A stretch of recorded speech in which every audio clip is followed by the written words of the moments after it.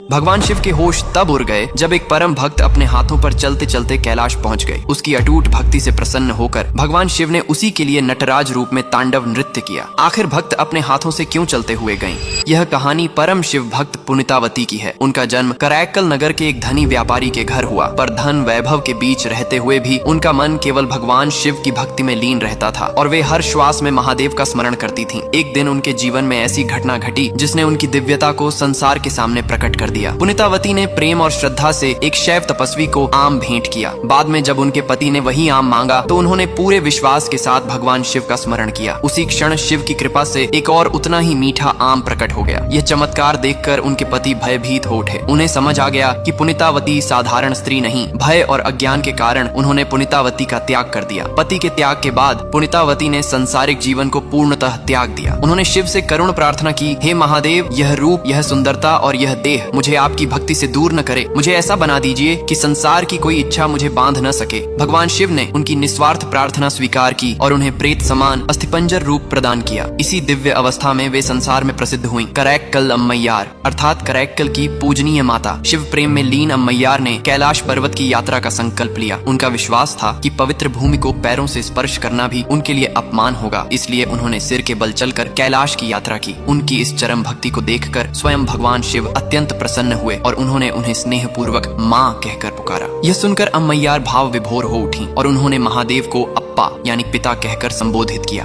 भगवान शिव ने अम्मैयार को वरदान दिया कि वे जन्म मरण के बंधन से मुक्त होकर सदैव उनके आनंदमय नटराज नृत्य का दर्शन करती रहे। अम्मैयार शिव के तांडव का साक्षात दर्शन किया और वहीं से उनके मुख से निकले अमर भक्ति गीत मुथा तिरुपाधिकम, जो आज भी शिव भक्तों की आत्मा को स्पर्श करते हैं। तो बोलिए हर हर महादेव।